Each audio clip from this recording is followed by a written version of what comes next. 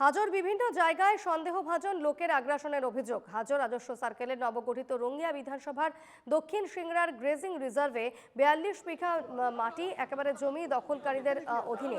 দ্রুত জায়গাগুলি দখলমুক্ত করা হোক মুখ্যমন্ত্রীর কাছে আবেদন জানিয়েছেন স্থানীয় বাসিন্দারা। অবৈধ বিদেশীকাৰী মানে বেদখলকাৰীৰ অগ্ৰসনে যে অসমৰ ভাষা সংস্কৃতি নিষেধ কৰা যি ধৰণৰ এক পৰিকল্পনা হাতত লৈছিল, সেই সময়ত সদৌ অসম ছাত্ৰ সন্থাৰ নেতৃত্বত অসমত বৃহৎ আন্দোলনৰ সৃষ্টি হৈছিলে, অসম আন্দোলন, য'ত 855গৰাকী শ্বহীদে শ্বহীদ বৰণ কৰিছিলে।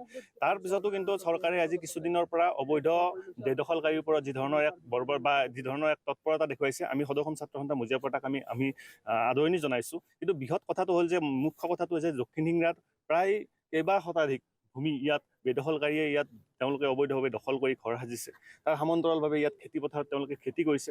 আমি স্পষ্টভাৱে ক'ব বিচাৰিছোঁ, চৰকাৰখনক দাবী জনাইছোঁ যে দক্ষিণ সিংৰাৰ এই অঞ্চলখিনি অসমৰ মেপত নপৰে নেকি? কাৰণ যি সময়ত অসমৰ ৰাইজে, এই অঞ্চলৰ ৰাইজে বাৰে বাৰে এই অঞ্চলৰ ৰাইজে বেদখল হৈ থকা মাটিখিনি উচ্ছেদ কৰি এইখিনি বেদখল মুক্ত কৰাৰ কাৰণে দাবী জনোৱাৰ পিছতো কোনো ধৰণৰ ব্যৱস্থা নোলোৱাটো আটাইতকৈ দুৰ্ভাগ্যজনক আৰু দুখজনক কথা। আমি ছাত্ৰ সন্থাৰ মজিয়াৰ পৰা স্পষ্টভাৱে ক'ব বিচাৰিছোঁ যে অতি শীঘ্ৰে এই যি ধৰণৰ মাটিখিনি যি ধৰণৰ বেদখল হৈ আছে, বেদখলকৃত মাটিখিনি অতি শীঘ্ৰে উচ্ছেদ কৰি ইয়াত সমান্তৰালভাৱে অসমৰ ৰাইজক খিলঞ্জীয়া মানুহে যাতে সকাহ পাব পৰাৰ কাৰণে ব্যৱস্থা কৰাৰ কাৰণে আমি সদৌ অসম ছাত্ৰ সন্থাৰ মজিয়াৰ পৰা দাবী জনাইছোঁ।